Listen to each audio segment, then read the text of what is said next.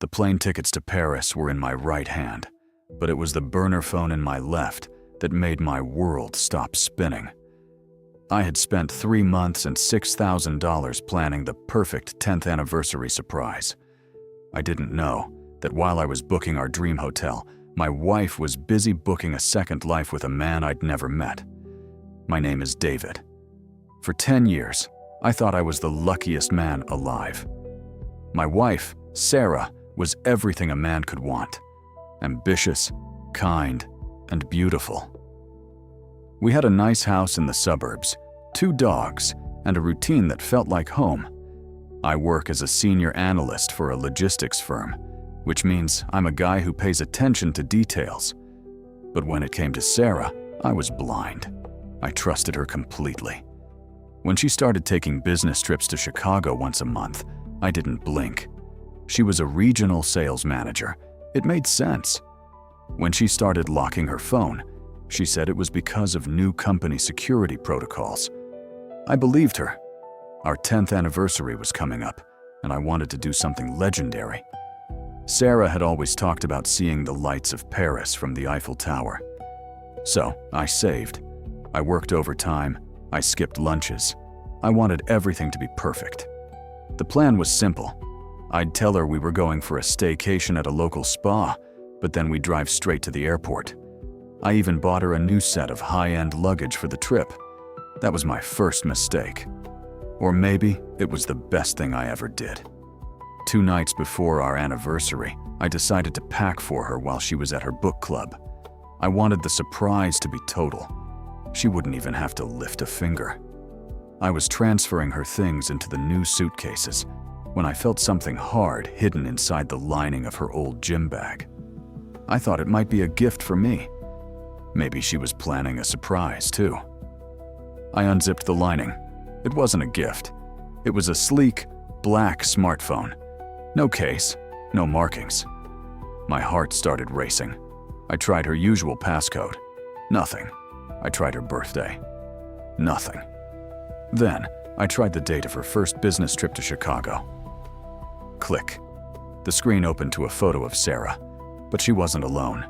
She was standing on a pier, laughing, with her arms wrapped around a man who looked about 10 years younger than me. They were holding a toddler between them, a little boy who had Sarah's eyes. I felt like I'd been hit by a freight train. I started scrolling through the messages. "I miss you, Daddy," one message said, sent from the man's phone. "Tell Leo I'll be home on Friday." "Mommy loves you both so much," Sarah had replied. Home. She called a city 500 miles away. Home. She didn't just have an affair. She had a family, a house, a life, and I was just the guy who paid the mortgage on her away house. I sat on the floor of our bedroom for 3 hours. The plane tickets were still sitting on the nightstand. $6,000 for a trip to Paris with a woman who didn't even exist. I wanted to scream. I wanted to break everything in the house. But then, the analyst in me took over. I needed data. I spent the rest of the night downloading every photo, every message, and every bank statement I could find. It turns out book club was when she went to a local park to video call her other son. The business trips were when she played house in Chicago. She'd even used our joint savings account to help pay for the other house, disguising the transfers as consulting fees to a shell company. She'd been stealing from our future to build a life with another man. I heard her car pull into the driveway. My hands were shaking, but I put the phone back exactly where I found it. I wiped my face, took a deep breath, and walked downstairs. "Hey, honey," she said, kissing my cheek. She smelled like expensive wine and lies. "How was your night?" "Perfect," I said, smiling through the pain. "I have everything ready for our surprise." The next 48 hours were the hardest of my life. I had to play the doting husband while my soul was screaming. I didn't cancel the Paris trip, but I did make a few phone calls. First, I called a divorce attorney, the meanest one in the city. I handed over all the digital evidence. Second, I called her parents.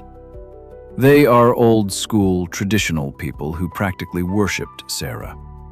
I told them I had a special presentation for the anniversary and asked them to meet us for a farewell breakfast at the airport hotel. Third, I found the man from the photos. His name was Julian. I sent him a very simple email with a link to our wedding photos and a copy of our marriage certificate. I didn't say a word to Julian. I just let the truth sit in his inbox like a ticking time bomb.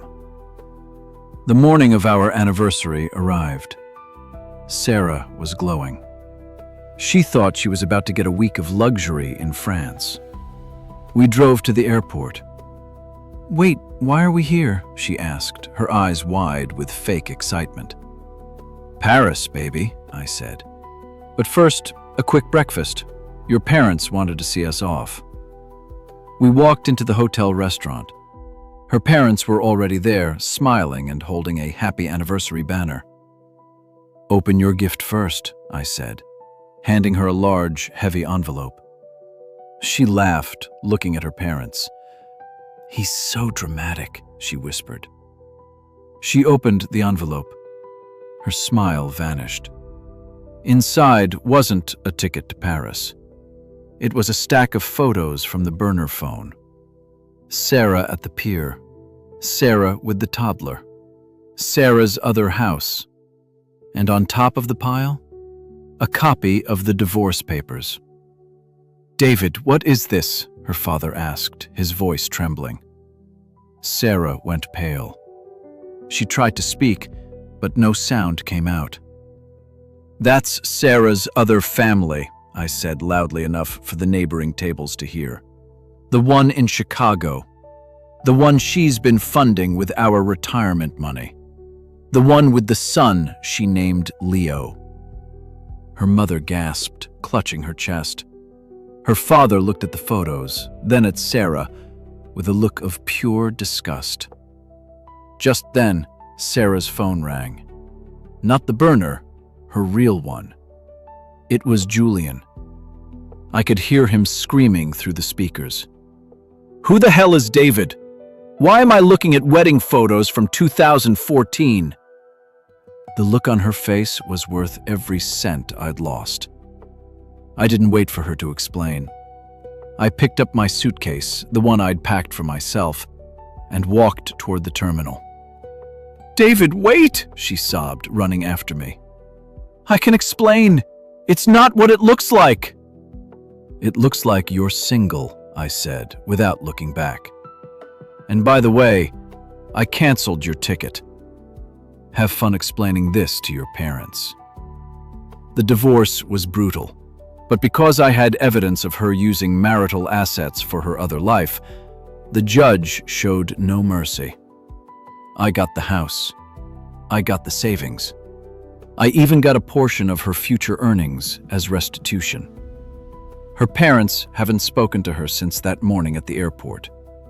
Julian left her the next day, taking their son to stay with his sister. Sarah is currently living in a studio apartment, working 2 jobs to pay off the legal fees and the money she owes me. Me? I went to Paris, alone.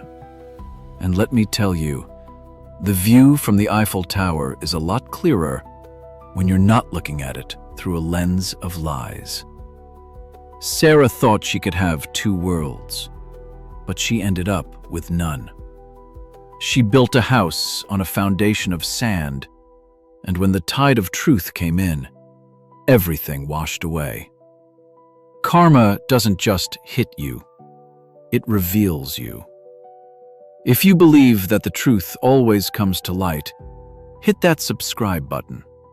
We're building a community here at Karma Unleashed, where justice is the only language we speak. Have you ever discovered a secret that changed everything? Let's talk in the comments. Until next time, keep your eyes open and your heart honest. Karma always collects.